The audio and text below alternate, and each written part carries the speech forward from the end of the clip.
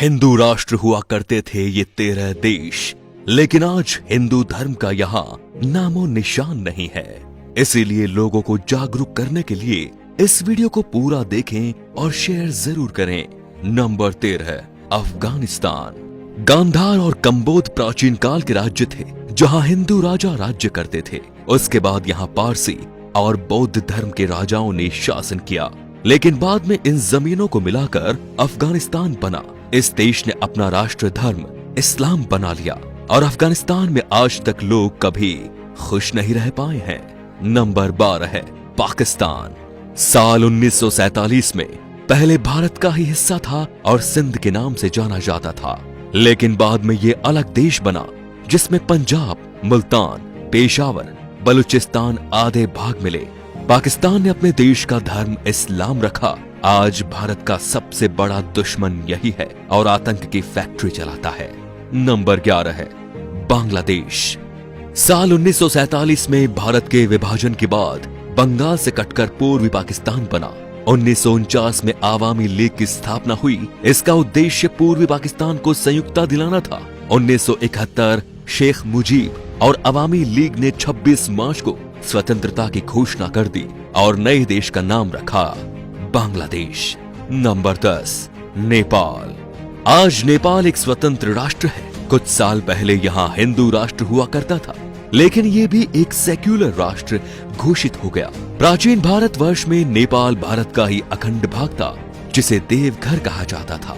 इसी देश में भगवान श्री राम की पत्नी सीता, जिनका जन्म स्थल मिथिला में स्थित है। नंबर 9, भूटान।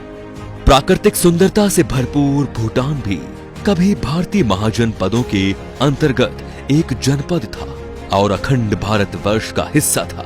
भूटान संस्कृत के शब्द भूतान से बना शब्द है। Number 8, Tibet.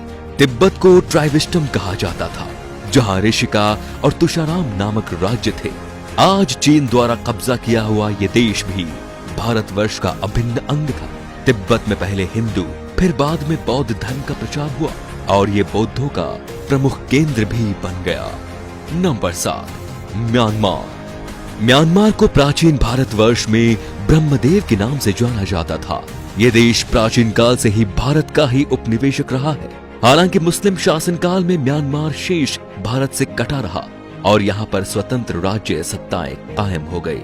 Number 6, Sri Lanka.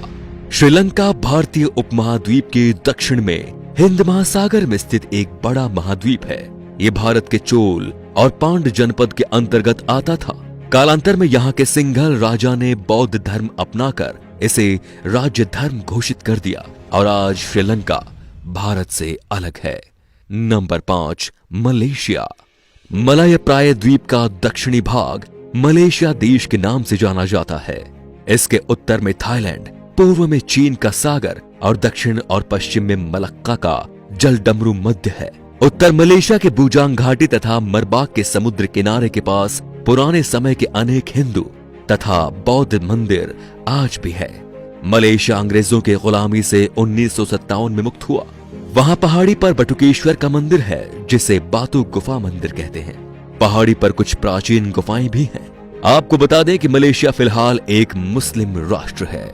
Number 4, Singapore. प्राचीन काल में भारत के इस हिस्से का नाम सिंहपुर था, जो आज सिंगापुर हो गया है। बाद में 9 अगस्त 1965 को अंग्रेजों ने सिंगापुर को स्वतंत्र और एक गणतंत्र देश बना दिया। Number 3, Thailand. हमें भले ही घूमने के लिए कहीं जाना हो तो थाईलैंड का नाम दिमाग में आता है, लेकिन ये बहुत ही कम लोग जानते हैं कि थाईलैंड का प्राचीन भारतीय नाम श्याम देश है। प्राचीन काल में यहाँ हिंदू और बौद्ध धर्म और संस्कृति का एक साथ प्रचलन था, लेकिन अब ये एक बौद्ध राष्ट्र है। खैरात के दक्षिण पूर्व में कंबोडिया की सीमा के पास उत्तर में लगभग 40 किलोमीटर की दूरी पर यूरीराम प्रांत में प्रशांत फनाम रंग नामक सुंदर मंदिर है।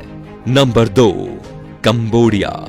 पौराणिक काल का कंबोज देश, कल का कंपूचिया और आज का कंबोडिया पहले हिंदू रहा और फिर बौद्ध हो गया। विश्व का सबसे बड़ा हिंदू मंदिर परिसर तथा विश्व का सबसे बड़ा धार्मिक स्मारक कंबोडिया में स्थित है। यह कंबोडिया के अंकोर में है, जिसका पुराना नाम यशोधरपुर है। Number 1, Vietnam. प्राचीन भारतवर्ष में वियतनाम को चंपा कहकर पुकारा जाता था। चंपा के लोग चांप कहलाते थे। वर्तमान समय में चांप लोग वियतनाम और कंबोडिया के सबसे बड़े अल्पसंख्यक हैं। आज के ये अपने आप में एक स्वतंत्र राष्ट्र है। भारतीय इतिहास के अनुसार भारत के सम्राट विक्रमादित्य संपूर्ण अरब को जीतकर अपने साम्राज्य में मिलाया था। भारत में आज जिस तरह लोग जात पात में बंट रहे हैं, उससे हमारे देश को खतरा है, क्योंकि हमारे देश पर राष्ट्र विरोधी ताकतों की बुरी नजर है और वे हमें आपस में लड़ा रही हैं। इनसे सावधान रहना सीखें, नहीं तो हमें आज नहीं तो कल और कल नहीं तो परसों पछतावा तो होना ही है। तो दोस्तों, इस वीडियो को आग की तरह फैला दीजिए ताकि पूरा हिंदुस्तान सावधान हो जाए। Thank you.